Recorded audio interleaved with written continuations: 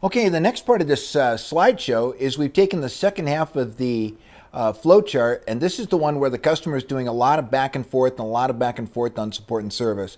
Well, the customer service or salespeople call the client and say, did you get a chance to look at your proof? Now, of course, customer service is going to know if they did it voluntarily by clicking on the email that we sent when the artwork was done, because that's going to show up in the system that they got on it and looked at it.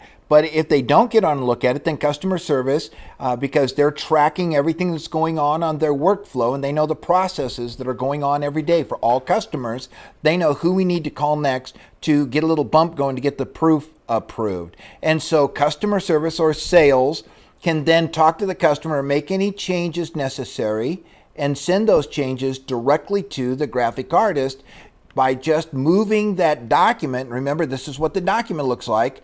They just simply change who the document is assigned to, and now that document shows up on the graphic artist desk with any notes from the client or from customer service. The graphic artist will make adaptations and updates, and then the process starts over. It goes back to the client, who will then look at the new artwork.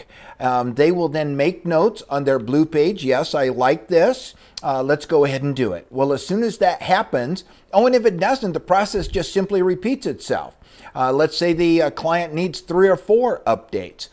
This is all handled on the screen, so it's handled when you have your next available time slot. You go to the screen to look at what's up, but you don't have the phone ringing all day long, because telephone conversations take a long time. How are the kids? How's the weather? How are you guys doing?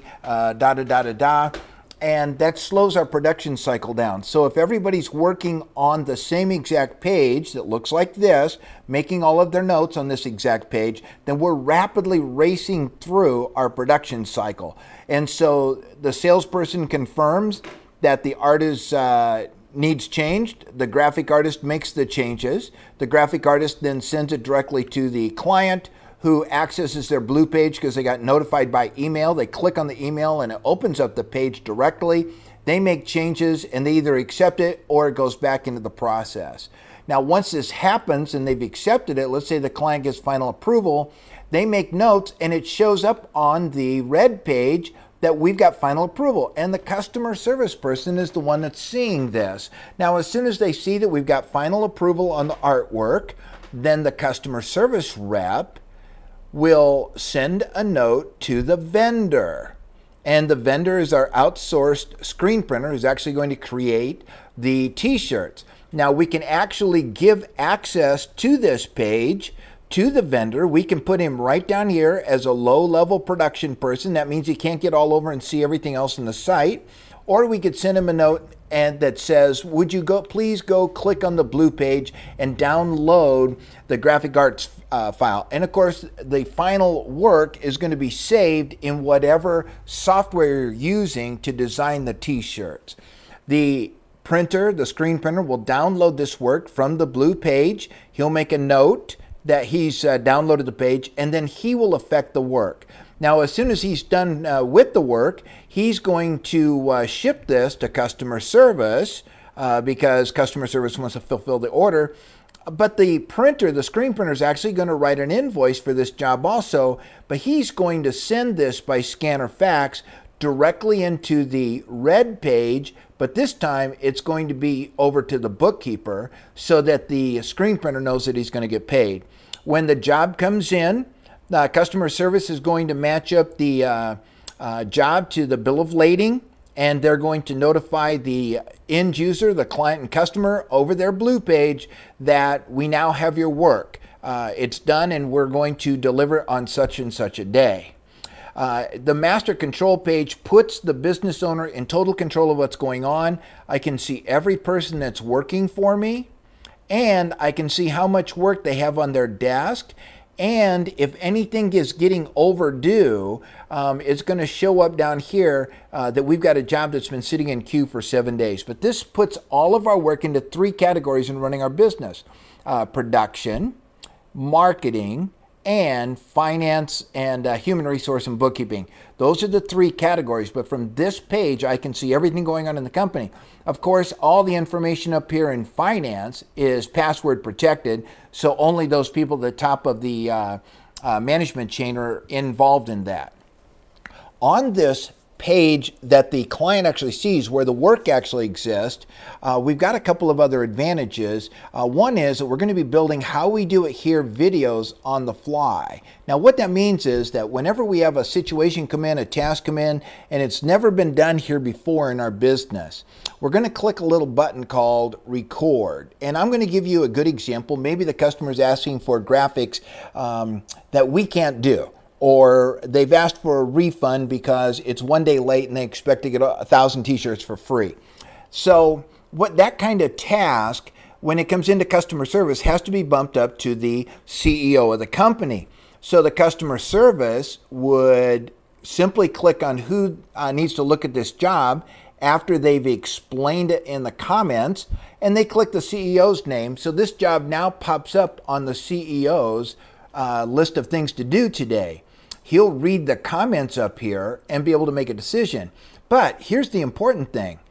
As he's reading the comments, making a decision, he's clicked a button called record, and he's recording what's on the screen. He's probably looking at the invoice. He's looking at the original sales order. He's pulling up a lot of documents and doing that off the red page for this particular customer.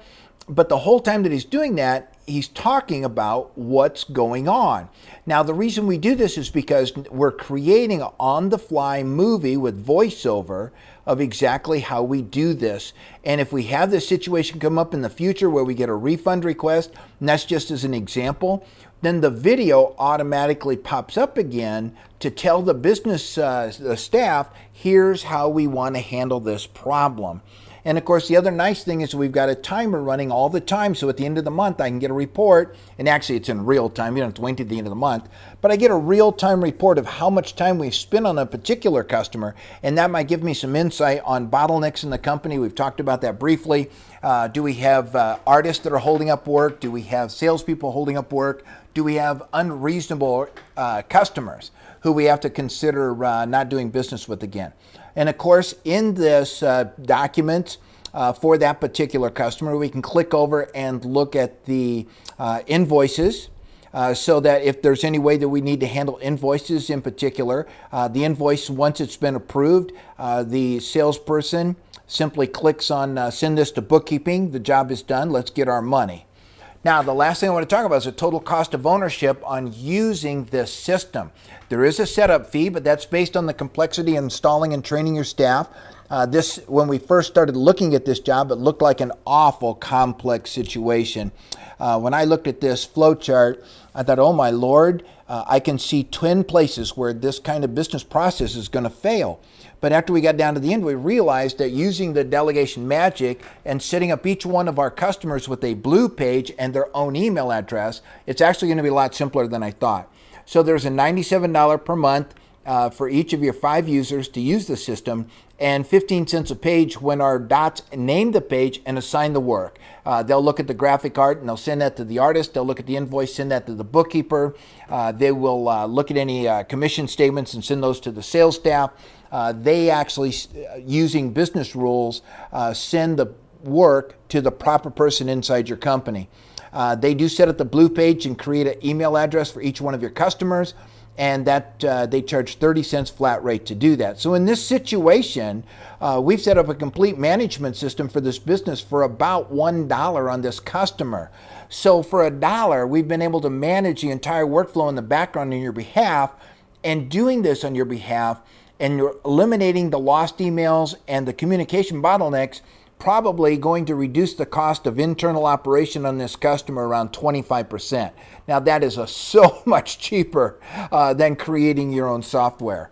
And so that's all it takes. that it's that simple, and you can use this delegation magic system to, once you've flowcharted out your business process, to actually map and work through the entire thing using these red pages to move work back and forth, and using the blue pages to communicate with the customers. Okay, thank you very much. We're looking forward to helping you with your business. Contact the person who sent you to this presentation, and we will keep your cash register ringing.